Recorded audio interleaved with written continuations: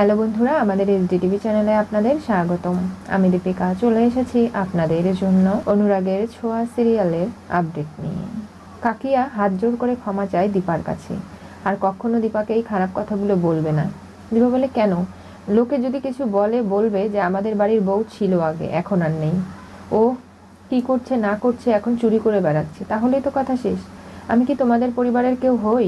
বউকে কি তোমরা আপন মনে করো? তাহলে আমার সাথে ঘটে যাওয়া ঘটনার তোমাদের ওপর তো কোনো প্রভাব পড়া উচিত নয়। দীপা, তুই এই বাড়িতে থেকে যা না মা। এই বাড়িতে তোকে বিশ্বাস করার লোকের অভাব নেই, ভরসা আমরা তোকে সবাই করি। তুই এই কাজটা করতে পারিস না, তুই থেকে যা। না মা, আমার একটা বড় কাজ রয়েছে, সেটা আমাকে সারতে হবে। বৌদিদি, তুমি থেকে যাও না। না ভাই, তোমার কি হয়েছে বলো তো? তুমি এরকম কেন করছো? কই কিছু না তো। আমাকে এখন আসল অপরাধীদের ধরতে হবে। এখন নিউজে যা দেখাচ্ছে সেটা মিথ্যে। কে হারটা চুরি করে আমার ব্যাগে রেখেছে সেটা তো আমাকে খুঁজে বের করতে হবে। তা না হোক এ পর্যন্ত আমার তো কোনো শান্তি নেই। আর তাকে আমি সকলের সামনে আনবই। কেন আমাকে ফাঁসিয়েছে সেটা আমাকে জানতে হবে। জানিস তো দিদি, তোর সাথে আমার আত্মার সম্পর্ক। আমার কাছ থেকে সব সম্পর্কগুলো কেড়ে নিতে চাইছি। মা হওয়ার, বউ হওয়ার সব কিছু, কিন্তু তোর সাথে আমার বোনের সম্পর্কটাই শুধু থেকে যাবে। এই বলে উর্মিকে জড়িয়ে ধরে কান্না করে। আমি ভাবতাম যে এই পরিবারের আমি কেউ নাই বা হতে পারি, কিন্তু আমার দুই মেয়ের মা, যাদের এই পরিবারটা, আমি তাদের জন্য হয়তো এই পরিবারের কাছে আপন হয়ে থাকবো, কিন্তু আমার এক মেয়েও তো এই পরিবারে নেই। তাই কোনোভাবেই আমি এই পরিবারের সাথে সম্পর্কও রাখতে পারছি না। আমাকে এবার চলে যেতে হবে। এখানে থাকলে আমার চলবে না উর্মি। দীপা, আমরা জানি যে তুই নিজেকে নির্দোষ প্রমাণ করতে পারবি। হ্যাঁ, আমি সেই কাজই করব। জয় ভাবে বৌদিদি চাইলে সব কিছুই পারবে। আর এবার যদি বৌদিদি জানে সত্যিটা আসলে কি, তাহলে তো আমাকে রক্ষা নেই। দীপা চলে যায়। উর্মি ভাবতে লাগে জয়ের কথা। তাকে একটু কিন্তু আনমনস্ক লাগছে। অনেকভাবে জয়কে বোঝানোর চেষ্টা করেও পারা যায়নি।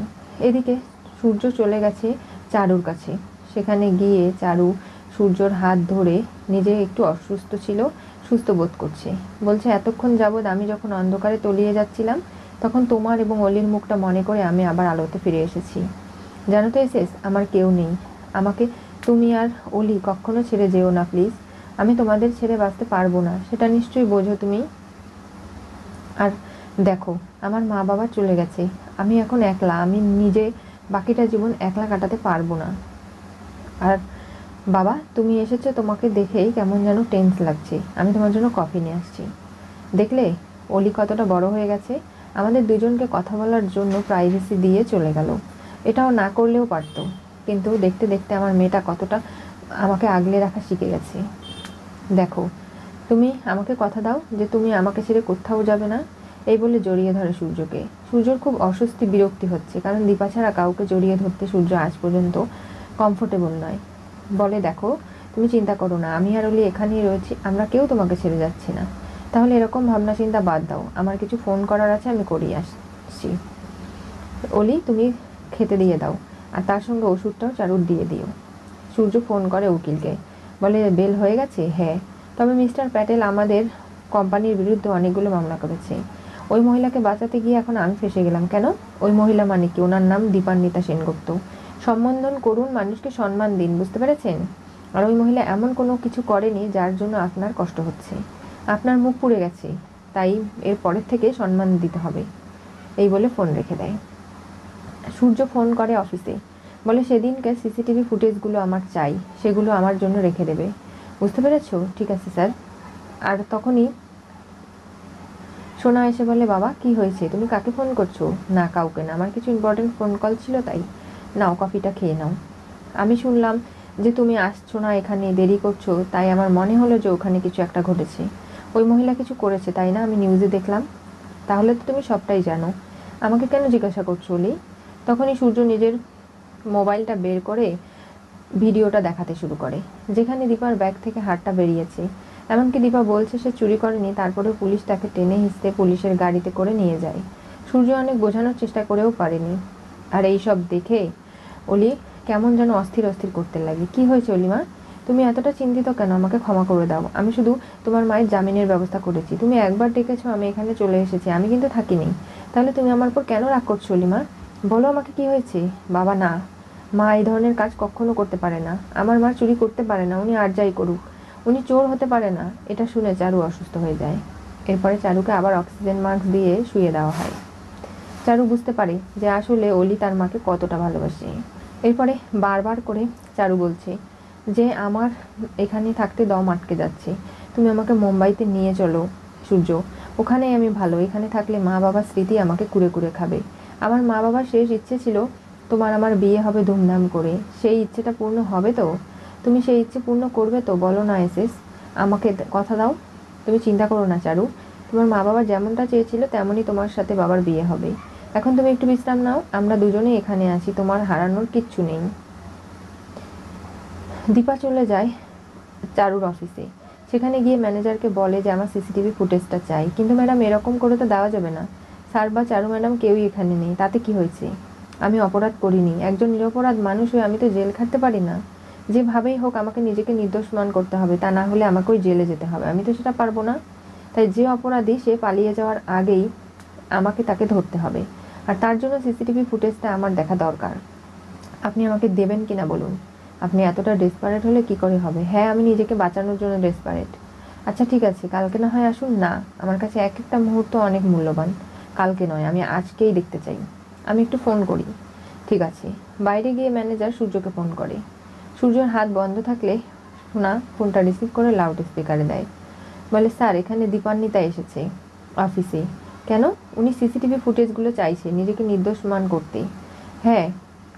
আপনি কি বলছেন? আপনার পারমিশন ছাড়া তো এগুলো আমি দিতে পারবো না। বাবা তুমি বলে দাও, পারমিশন দিয়ে দাও, মা নিজেকে নির্দোষ মান করুক, আমি জানি মা এটা করতে পারে না। ঠিক আছে, আপনি ওনাকে সব ধরনের পারমিশন দিয়ে দিন, আমি চারু ম্যাডাম এখানেই রয়েছি, আমাদের কোনো অসুবিধে নেই। উনি সিসিটিভি ফুটেজ নিয়ে যদি নিজেকে নির্দোষ মান করতে পারে তাহলে করুক না। এরপরে ফোনটা রেখে দেয়। সোনা তার মায়ের জন্য কতটা যে ব্যাকুল সেটা চারু বুঝতে পারছে। এরপরে দীপাকে সিসিটিভি ফুটেজগুলো দিতে অনুমতি পেয়ে যায়, আর নিজেকে নির্দোষ প্রমাণ করার এক ধাপ এগিয়েও যায়। জয়ীর স্কুলে এসে বসে আছে সাক্ষ্য স্যার, কিন্তু কোনোভাবে মিশকা সেখানে ছদ্মবেশে ডাক্তারের রূপ ধরে চলে গেছে। সেখানে গিয়ে সাক্ষর কাছ থেকে আজকে কথা বের করে নেওয়ার পালা। কিভাবে জয়ীর সঙ্গে তার পরিচয়, জয়ীর আসল বাবা কিনা, জয়ীর ট্রিটমেন্টের কথা বলে নানা ধরনের অজুহাত দেখিয়ে সমস্ত সত্যিটা বের করতে মিশকা ছদ্মবেশ ধারণ করেছে। এসে জানায় যে আমি আসলে জয়ীর ডাক্তার, যারা সবসময় চেক আপের মধ্যে থাকে তাদের ফাইলগুলো আমার কাছে ছিল। আসলে জয়ী যখন ভর্তি হয়েছে তখন আমি ছুটিতে ছিলাম, আর এখন আমি এসেছি। আমার নাম ডাক্তার শ্রীবাস্তব। কী ব্যাপার বলুন তো?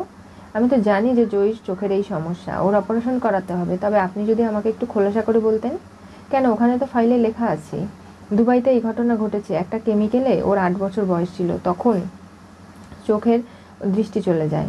আর তারপরে আপনি এটা পড়েননি? হ্যাঁ পড়েছি, তবে ওর বায়োলজিক্যাল ফাদার এবং মাদারের সঙ্গে আমাকে কথা বলতে হবে, তাদের সঙ্গে কিছু টেস্ট করতে হবে, তারপরে হয়তো এই অপারেশনটা খুব সহজ হতে পারে, তা না হলে অনেক বেশি জটিল হয়ে যেতে পারে। ঠিক আছে, আপনি বলুন ওর বাবা মা কোথায় আছে? আপনি নিশ্চয়ই ওনার বাবা, তাহলে ওর মাকে ডেকে আনুন। না, আসলে আমি ওর বায়োলজিক্যাল বাবা নই, আমি ওকে লালন পালন করছি এতটুকুই মাত্র, ওর সঙ্গে আমার ডিএনএ কখনো মিল খাবে না। কি বলছেন কি? হ্যাঁ, কারণ জয়ীকে আমি পেয়েছিলাম, কখনো ওকে আমি জন্ম দিইনি, তাহলে মিথ্যেটা বলে ডাক্তারের কাছে তো কোনো লাভ নেই। তখনই মিশকা বুঝতে পারে যে না, এই হচ্ছে রূপা, যে মিসিং লিঙ্কটা ছিল সেটা আমি খুঁজে পেয়ে গেছি। কোনোভাবেই এবার শত্রুর বিনাশ না করে ছাড়বো না। দীপা তো আমি জানি জেলে, আর সূর্য মুম্বাইয়ের বাইরে রয়েছে, এমনকি চারু পরিবারের কেউ নেই, এটাই সুযোগ। ওই তো জয়ী বেরিয়ে আসছে। জয়ী, তুমি ওনাকে চেনো? ডাক্তার শ্রীবাস্তব না তো?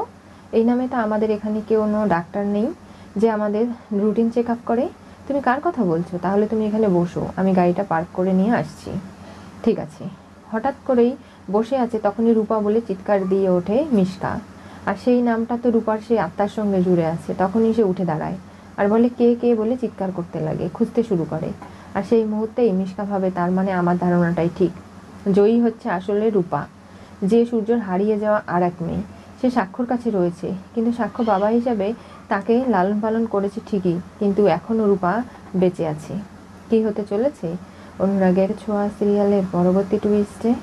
মিশকা ছদ্মবেশে রূপা বলে ডেকে জয়ীর আসল পরিচয় জানলো। চারু বিয়ের আকুতি নিয়ে সূর্যকে জড়িয়ে ধরল। আজকে চারু যেভাবে মা বাবা হারিয়ে নিঃস্ব হয়ে সূর্য এবং অলির ওপরেই ভরসা করছে, কোনোভাবেই বুঝতে পারছে না যে আসলে সূর্যর বউ রয়েছে, এমনকি দীপা সূর্য একে অপরকে এখনো ভালোবাসে, যেটা অসম্ভব চারু চাইছে। আর এদিকে অলিও তার মাকে ভালোবাসে, কিন্তু একটা অভিমান তার ভালোবাসাগুলো চাপা পড়ে আছে। চারু একলা, তাকে একলাই থাকতে হবে। এত করে পরের জন্য কোনো লাভ হবে না, চারু সেটা শেষে গিয়ে বুঝবে। আর এদিকে দীপা নিজেকে নির্দোষ মান করতে উঠে পড়ে লেগেছে, যেটাতে জয়ের ভয় ঢুকে গেছে মনে। আর জয়ীর ক্ষতি করতে এসে মিশকা জয়ীর সমস্ত ছোটবেলার ঘটনা জেনে গেল স্বাক্ষর থেকে, এমনকি জয়ীকে কি করে পেয়েছে, কিভাবে, সবটা। এবার জয়ীর ক্ষতি করতে উঠে পড়ে লাগবে। আদৌ কি দীপা পারবে জয়ীকে বাঁচাতে? জানতে চোখ রাখতে হবে আমাদের চ্যানেলে। পাশে থাকা বেল আইকনটি অবশ্যই করে ক্লিক করুন।